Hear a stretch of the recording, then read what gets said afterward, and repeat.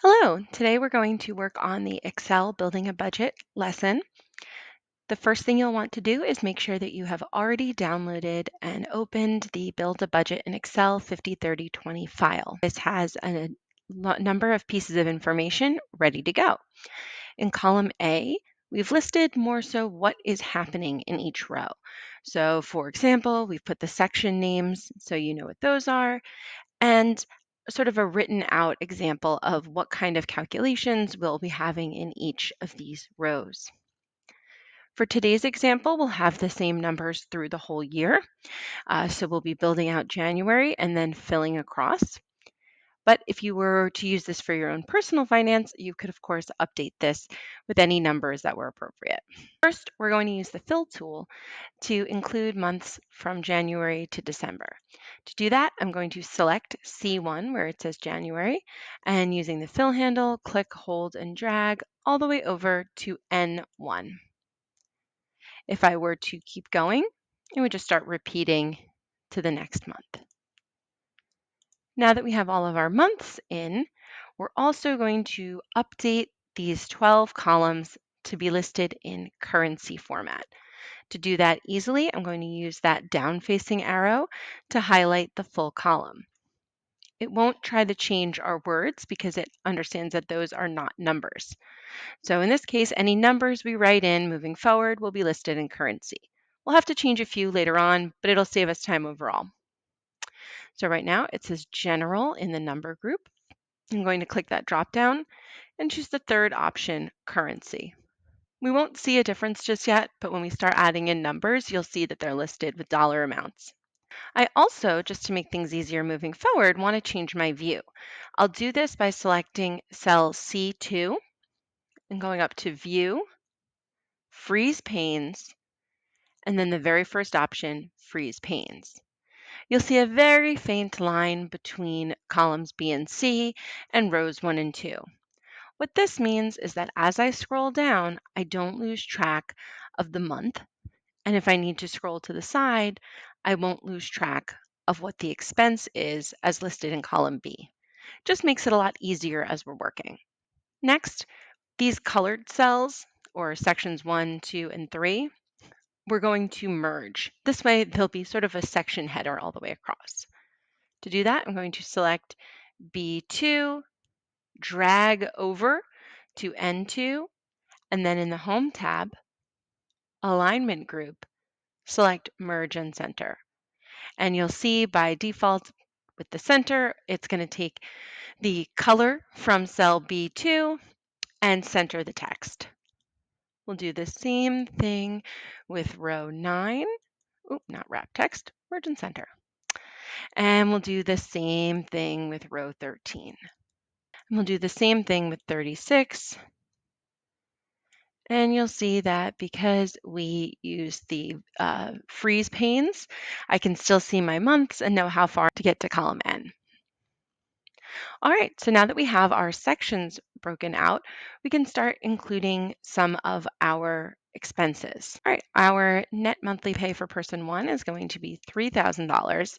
Now notice I'm typing in the number 3,000. When I press enter, it's going to list it in dollar amounts because we've already set everything as currency. 1,500 for person 2, 200 for monthly premiums, 150 for retirement contributions, nothing for miscellaneous.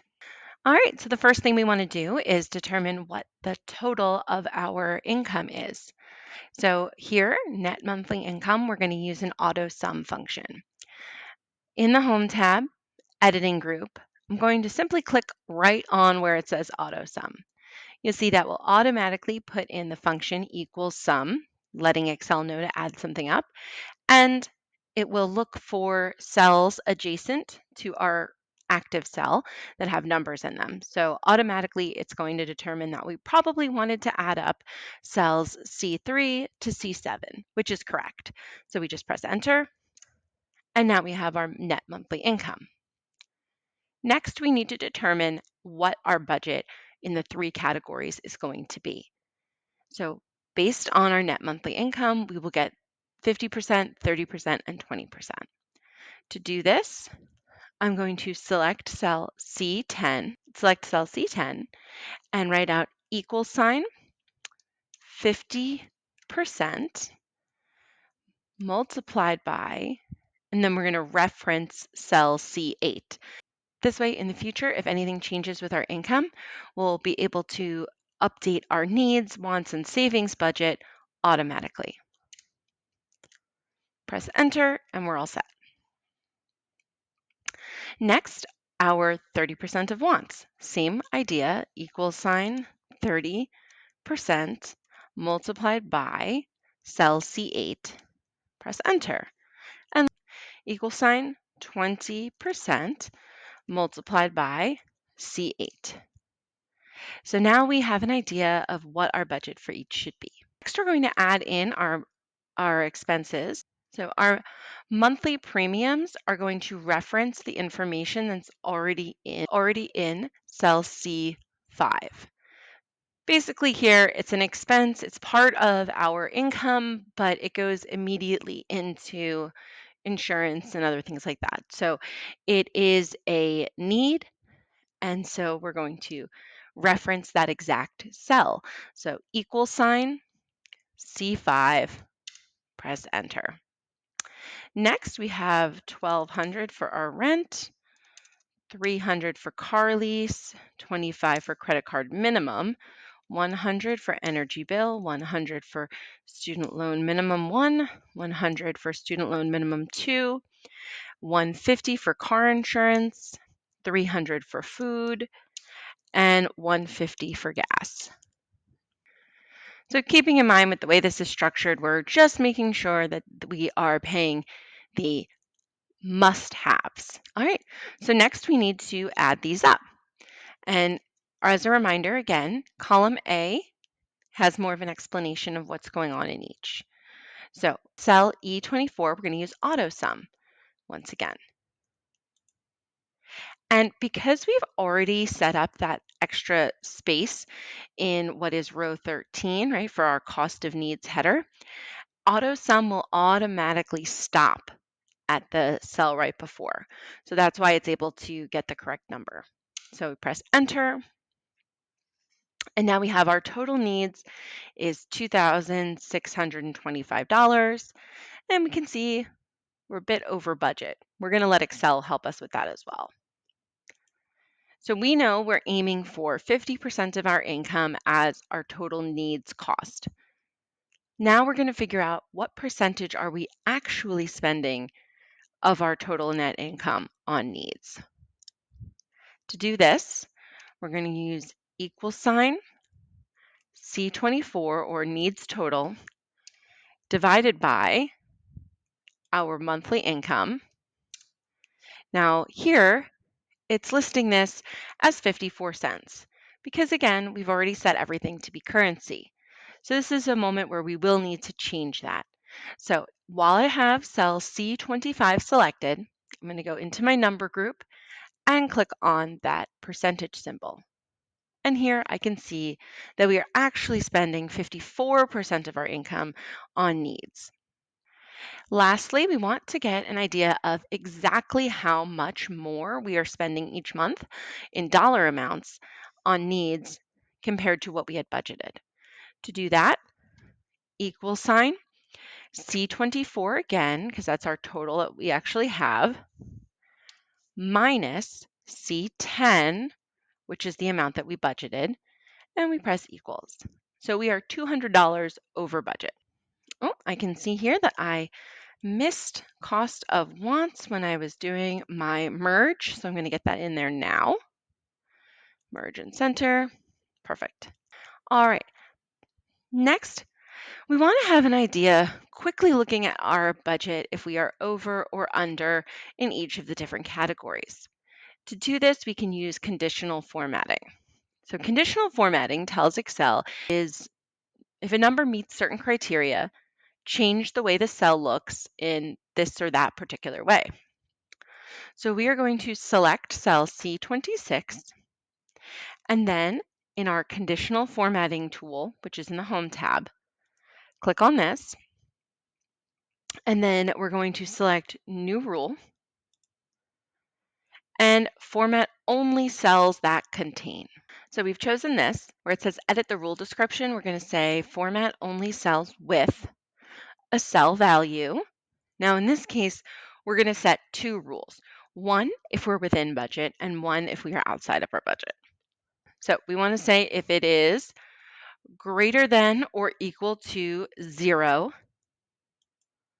so we're going to type in the number 0 here, then format the cell so that the fill is red. And then we'll say OK. And OK once more. Now, we won't see this right away, but in case in the future we're within the range we wanted, we're also going to set a conditional formatting to be green when we're in the right range. So conditional formatting, new rule. We still have that same cell selected. Format only cells that contain cell value less than 0. Format, we'll make that green. OK. Once again, OK. Now, let's just as an example to show you if this, let's say that person 2 had a new job and they were making $2,000. Now our number becomes green. So I'm going to undo that. We'll come back to it later. All right, so our TV is going to be 150, our internet 120, our cell phone 200, restaurants 100, miscellaneous 300. Again, we need our total. So auto sum. Once more, it's going to only predict the cells in the cost of wants section, which is correct. And so we'll press enter. And again, we need that annual percentage of monthly income. So for that one, for our annual percentage, we are once again going to divide our total by our goal. So our equal sign, cell C33, which is our total, divided by, if we go all the way back up to C8, our monthly income, we can see again, it's listed it as a dollar amount. So we're going to go back to our number group and set that as a percentage. And so we can see that we are actually slightly under budget. We budgeted 20% and we are at 18. Next, we again need to determine exactly how much of a dollar amount difference that 18 to 20% is. So for that, equal sign, C33, which is our wants total, minus C11, which is our wants budget. And again, we're going to set the conditional formatting. So instead of having to recreate that, we're going to select C26, which has the formatting we want, go to our clipboard group, and select Format Painter. This will now allow us to copy the formatting, including conditional formatting, onto cell C35. So we can see here now, because we are under budget, it's green. Scrolling down a little bit more, I'm going to double click between B and C so that column B widens enough to fit all this in. Here I want to have my savings. So for this, I'm going to determine based on my monthly income, if I subtract the amount that I needed and wanted, what's left. So equals, and you can of course write this out. I'm moving around the sheet just to help us kind of make sense of what everything is referring to again. We have C8 and then minus symbol. You'll see that it's getting typed up in the formula bar. Open parentheses. And then next is going to be C24, which is our needs total, plus, if I scroll down a little bit more, our wants total, which is C33, close parentheses. And that tells Excel, add these up first and then subtract whatever that number is from whatever this number is. All right, so here we know that the total amount of savings we have in reality is $1,355. So now we're going to figure out how that is compared to what we were hoping for and how we can divide up that savings. Our actual percentage of monthly net income. So for this, once again, equal sign. And then we're going to take our savings total, C37, and subtract it from what we were hoping to save, which is C12. For that, I'm going to press enter. All right, for our percentage of net monthly income, we are going to always start with the equal sign, and then we're going to take C37, our savings total, and divide that again by our total income, which is C8. Pressing enter, we get that same currency, which we're going to switch to percentage once more. All right, so here, aiming to save 20%, we're actually saving 28. So we're doing pretty well in that case. Next, we want to figure out exactly how much better we're doing with our savings than we had budgeted. So for that, equal sign C37 minus, let's go back to up here. We can see the amount that we budgeted to save. Again, our formula is updating in the formula box. I'm going to press enter. So here we can see that we are saving $385 more than we had budgeted for. And we're going to take this formatting, click on Format Painter, and then apply all of that to C39. Now this one is a little bit unusual because it's showing red even though we are actually saving more than we intended, our conditional formatting. So while this cell is selected, I'm going to go up to Conditional Formatting, Manage Rules, and change this. So I'm going to go to Edit Rule, and I'm going to change my green to a red and say OK and OK. And then I'm going to change my red edit rule format to the green.